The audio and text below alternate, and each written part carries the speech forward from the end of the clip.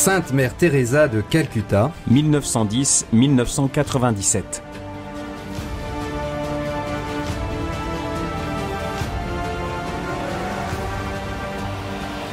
Petite de stature, avec une foi solide comme le roc, Mère Teresa de Calcutta se vit confier la mission de proclamer la soif infinie de l'amour de Dieu pour tous les hommes, pour toute l'humanité, en particulier pour les plus pauvres des pauvres.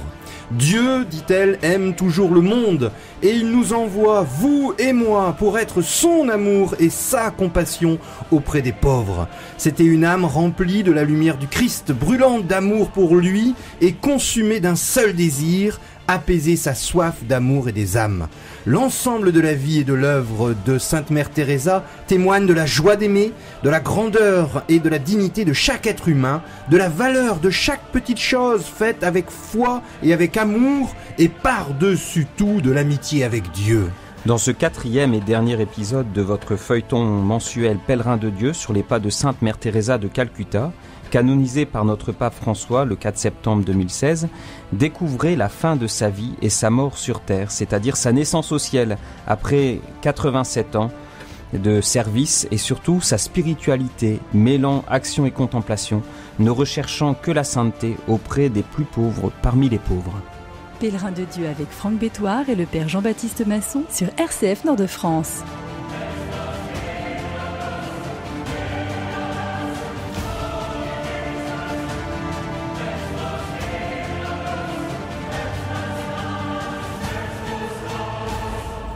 Au soir de la grande journée de la remise à Oslo de son prix Nobel de la paix, vous imaginez la plus grande récompense mondiale, en 1979, elle a 69 ans, un journaliste qui lui demande qui lui succédera à la tête de son ordre, Mère Teresa, en souriant, rétorque « Laissez-moi d'abord mourir ».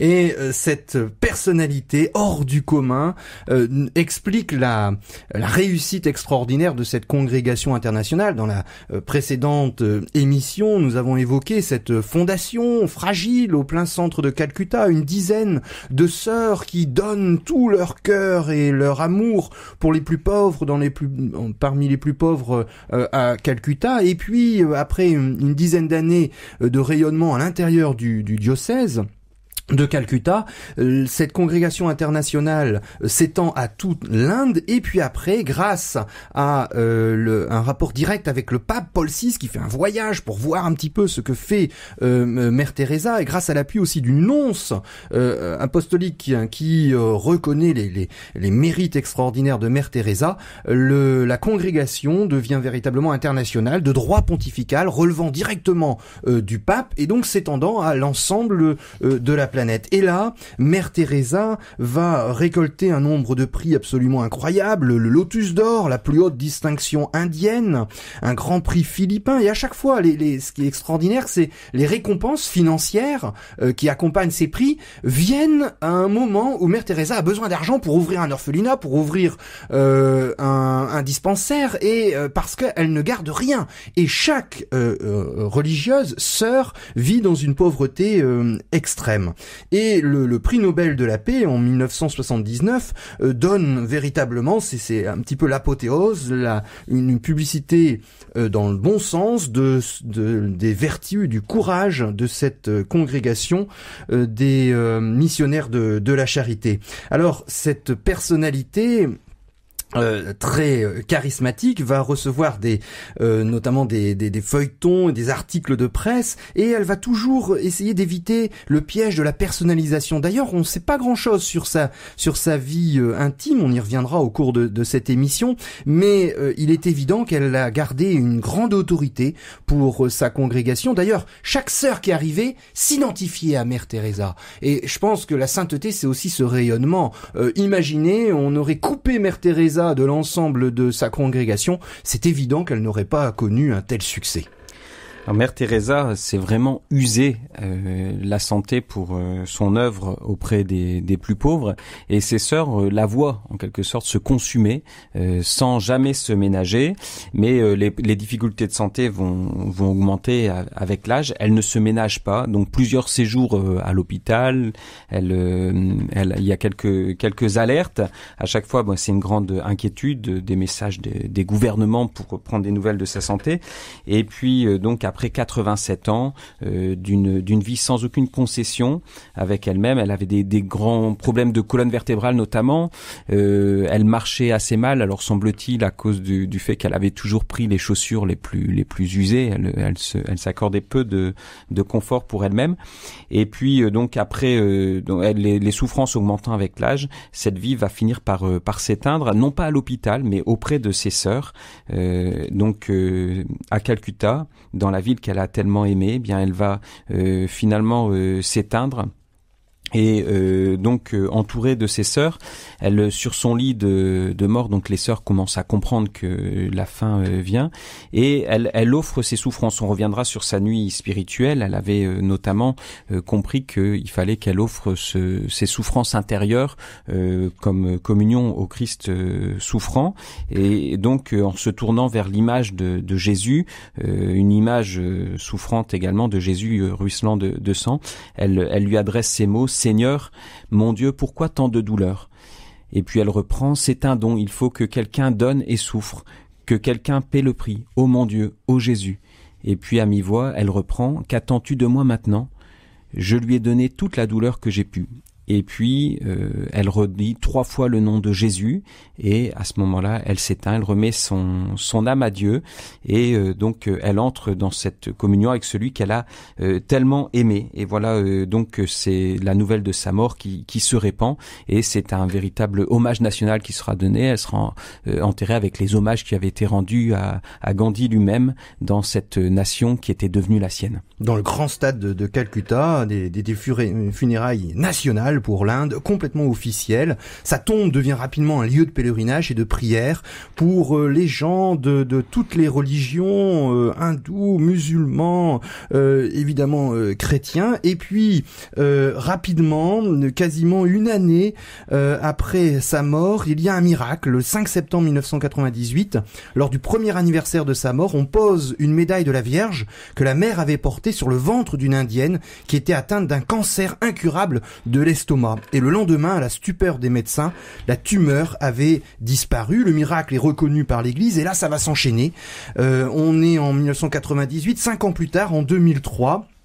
À l'initiative de l'archevêque de Calcutta, une demande de canonisation est demandée officiellement, et puis le processus de béatification est particulièrement rapide. Simplement 2 ans après sa mort, en 2003, nous sommes à Rome devant 300 000 fidèles, et elle est béatifiée, et nous avons vécu ce 4 septembre 2016 sa canonisation. Et je terminerai par après cette canonisation, ou un peu dans la même année, Mère Teresa espérait également pouvoir donner des saints et des martyrs à l'Église, non pas elle-même, mais pour ses filles spirituelles, des missionnaires de la charité. Eh bien, son désir a été exaucé. Je vous rappelle qu'en mars 2016, 4 religieuses de Mère Teresa ont été tuées par les terroristes de Daesh au Yémen.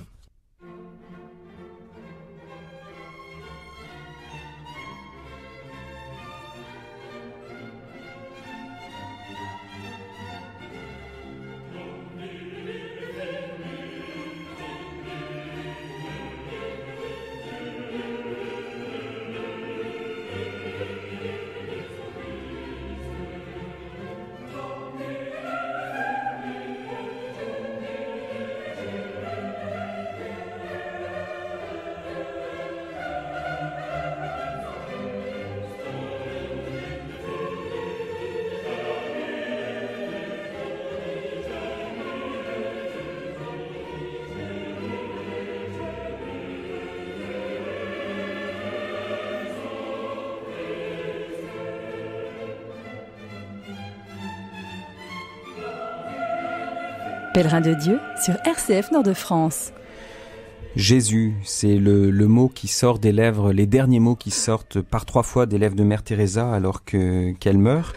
Et ça a été tout l'amour de sa vie. Elle a d'abord vécu à Lorette une période extrêmement heureuse, avec un amour intense où elle est la petite chérie, my little one, de la part de Jésus. Elle sent ses émotions intérieures. Elle a jamais eu d'apparition de vision, mais toujours des émotions intérieures. Et il y a ces mots de Jésus, ma petite chérie. Et donc, elle toute sa vie, c'est répondre à l'amour de Jésus et aimer Jésus.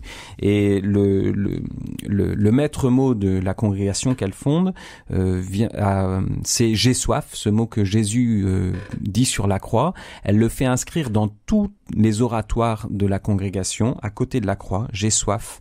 Alors on peut lire dans une de ses lettres, j'ai soif, dit Jésus sur la croix, au moment où il était privé de toute consolation, mourant dans une pauvreté absolue, abandonné de tous, méprisé et brisé dans sa chair et dans son âme.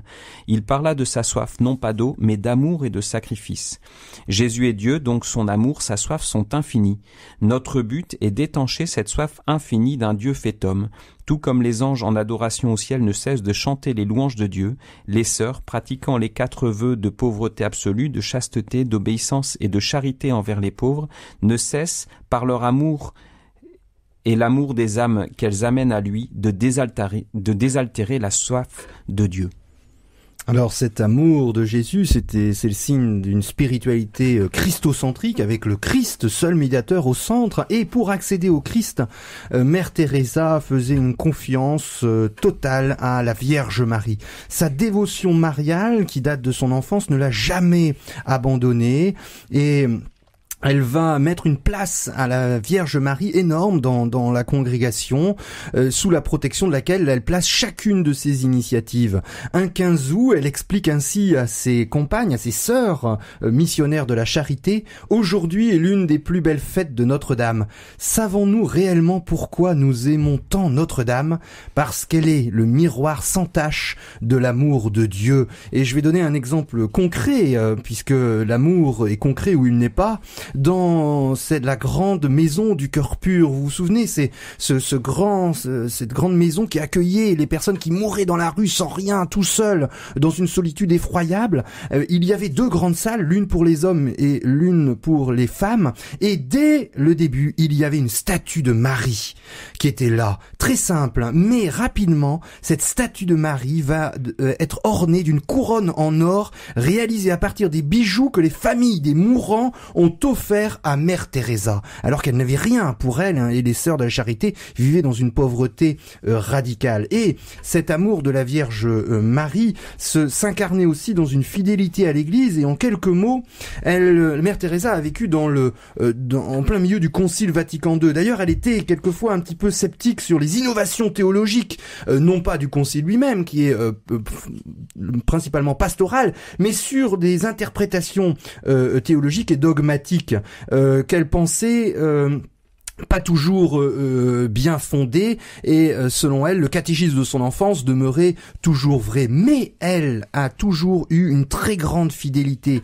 à l'Église, avec une très grande également obéissance, et elle a cette petite anecdote qui est tout à fait qui révèle un petit peu sa fidélité. Elle expliquait à ses sœurs qu'il fallait obéir, en tirant la conclusion suivante. Dès le début, apprenez à obéir. Je cite Mère Teresa. Cela vous conduira directement à Dieu.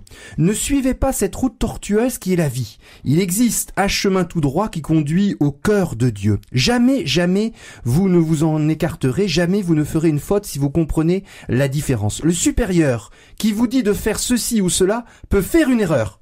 Je peux moi-même, c'est Mère Teresa qui parle, moi-même en commettre en disant aux sœurs d'aller ici et là, de faire ceci ou cela. Mais cette sœur qui fait ce que je lui dis est infaillible. Alors cet amour pour l'Église, c'est aussi l'amour pour le Christ qui se retrouve là. On dit aussi chez elle, je l'ai aimé, le Christ aveuglement, totalement, exclusivement. Je me sers de toutes mes forces, malgré mes sentiments, pour le faire aimer personnellement des sœurs et des autres. Alors ce malgré mes sentiments, ça vient lever un petit voile sur son expérience intérieure de nuit douloureuse, où elle va, à partir du moment où elle lance son œuvre et elle fait son engagement dans cette nouvelle congrégation, eh bien son âme va s'obscurcir et donc elle va vivre des ténèbres très très douloureuses où elle se sent plus aimée, elle se sent vide. Elle dit donc dans des lettres qu'elle voulait faire détruire parce que c'était vraiment matière privée, matière de confession. Elle dit je suis tout simplement seule, vide, exclu, simplement non désiré. Et pourtant, avec toute la sincérité de mon cœur, je suis heureuse de le voir aimer, de voir les sœurs lui ressembler davantage.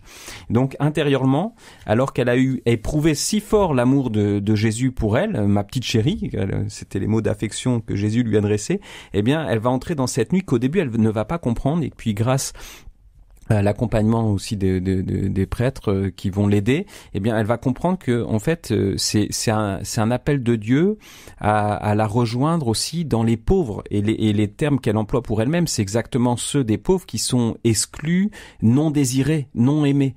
Et donc intérieurement, elle va être unie à cette nuit du Christ mal aimé dans les pauvres et qu'elle est appelée à rejoindre. Et donc sa joie, elle va la vivre désormais uniquement dans l'expansion de cette œuvre. Et le témoignage de Navin Chawla, qui était un hindou, qui est resté hindou, disait qu'à son idée, elle avait atteint une forme d'union à Dieu, une union mystique à Dieu, qui expliquait aussi le caractère miraculeux de son œuvre, de l'expansion de son œuvre.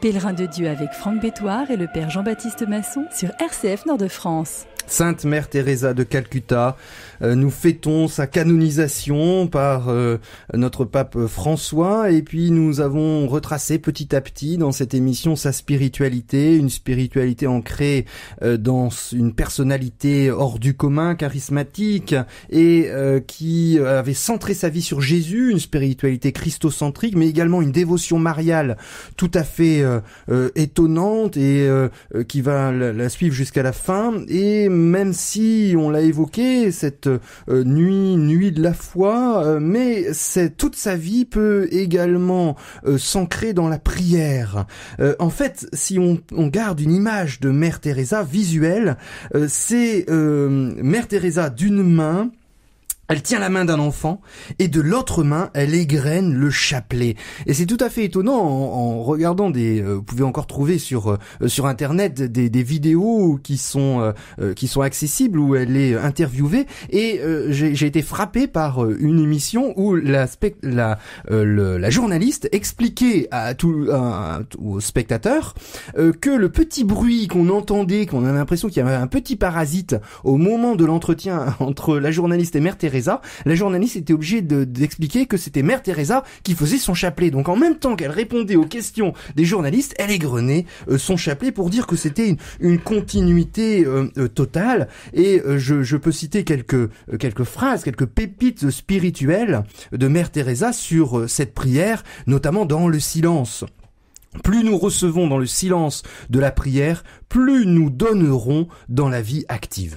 Alors Mère Teresa n'aimait pas trop cet aspect médiatique qui lui était imposé. Plusieurs fois, elle a demandé d'en être libérée, mais elle le faisait par devoir et par amour pour Jésus, pour répandre l'œuvre. Et au fur et à mesure, donc on a dit, donc il y a de cette épreuve de la nuit obscure de la foi.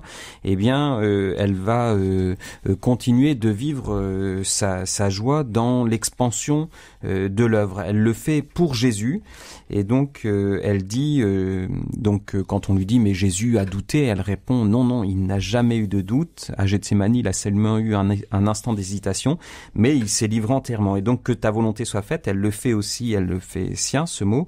Je suis convaincu que c'est lui et non pas moi, c'est son œuvre et non mon œuvre. Je suis seulement à sa disposition. Et donc, elle va rester, alors qu'elle éprouve le vide intérieur, elle reste totalement à la disposition de Jésus, et elle va plutôt augmenter son temps de prière et toujours se tenir dans la prière. Elle fait lier notamment, donc on n'a pas eu trop le temps d'en parler, mais il y a l'œuvre des coopérateurs qui est aussi donc une œuvre matérielle, mais aussi une œuvre spirituelle, c'est-à-dire que elle fait lier chaque sœur de missionnaire de la charité à une personne souffrante qui offre ses souffrances et sa prière pour la fécondité de l'œuvre.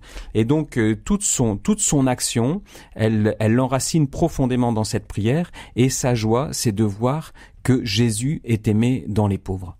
Alors la prière engendre la foi engendre l'amour, et l'amour engendre le service des pauvres. Ce sont ces grandes maximes que l'on trouve réunies dans plusieurs ouvrages. Je pense qu'il faut absolument se nourrir de cette spiritualité de Mère Teresa, qui par des petites formules, par souvent sous une forme de prière, va au centre de la joie chrétienne et de l'amour chrétien. Sur l'amour, elle dit notamment, ce n'est pas la grandeur des choses que vous faites qui importe, mais la qualité d'amour que vous y mettez. L'amour commence par le foyer. Si la famille vit dans l'amour, ses membres répandent l'amour autour d'eux. Insistons sur le développement de l'amour, la gentillesse, la compréhension. Insistez aussi sur simplement un sourire. Ayez un sourire pour votre prochain. Donnez-lui du temps, et nous ne saurons jamais le bien qu'un simple sourire peut être capable de faire. Et d'ailleurs, les missionnaires de la charité, les sœurs, essayaient d'être l'expression de la bonté de Jésus. Elle leur enseignait: soyez l'expression vivante de la bonté de Dieu. Et surtout, cette petite parole, mais qui, dans la vie quotidienne, est absolument très difficile à atteindre: ne laissez personne venir à vous et repartir sans être plus heureux. Alors, elle a également des paroles sur, on l'a dit, sur le sourire, sur l'amour, sur la bonté, et puis le don. Ne donnez pas seulement vos soins, mais aussi votre cœur. Donne tes mains pour servir et ton cœur pour aimer. Et elle dit également: donne-moi, ô Dieu, le don le plus béni que je connaisse, celui d'avoir le cœur rempli de l'amour de Dieu. Mère Teresa avait répondu oui à l'invitation de Jésus qui lui avait demandé: seras-tu ce quelqu'un qui ira m'aimer dans les pauvres? Et elle-même, sans cesse, elle relayait cet appel: soyez ce quelqu'un qui apaise la soif de Jésus. Au lieu de dire pour vous-même j'ai soif, dites soyez ce quelqu'un, faites tout ce que vous croyez que Dieu vous demande pour être ce quelqu'un qui le désaltérera. Et donc c'est l'invitation qui nous est faite aussi, là où nous sommes aujourd'hui. Eh bien nous avons tous la possibilité de répondre à cet appel de Dieu, d'être ce quelqu'un qui vient l'aimer et le réconforter dans ceux qui souffrent autour de nous. Si tu crois que ce qui rassemble les hommes est plus important que ce qui divise, alors la paix viendra. C'est une belle prière qui se termine toujours par « alors la paix viendra ». Si tu crois qu'être différent est une richesse et non un danger, alors la paix viendra. Si tu peux te réjouir de la joie de ton voisin, alors la paix viendra. Si tu crois qu'un pardon va plus loin qu'une vengeance, alors la paix viendra. Si tu préfères être lésé que de faire du tort à quelqu'un, alors la paix viendra. Si tu refuses qu'après toi ce soit le déluge, alors la paix viendra. Si tu te ranges du côté du pauvre et de l'opprimé sans te prendre pour un héros, alors la paix viendra. Si tu crois que l'amour est la seule force de dissuasion, alors la paix viendra. Si tu crois que la paix est possible, alors la paix viendra. Et une dernière prière sur la joie d'aimer Jésus qui était son tout, Jésus son Dieu, son époux, sa vie, mon seul amour, mon tout en tout et tout pour moi. Elle disait: la joie d'aimer Jésus vient de la joie de partager ses souffrances. Ainsi, ne vous permettez pas d'être troublé ou affligé lorsque vous souffrez, mais croyez à la joie de la résurrection. Dans toutes nos vies, comme dans la vie de Jésus, la résurrection doit venir, la joie de Pâques doit se lever.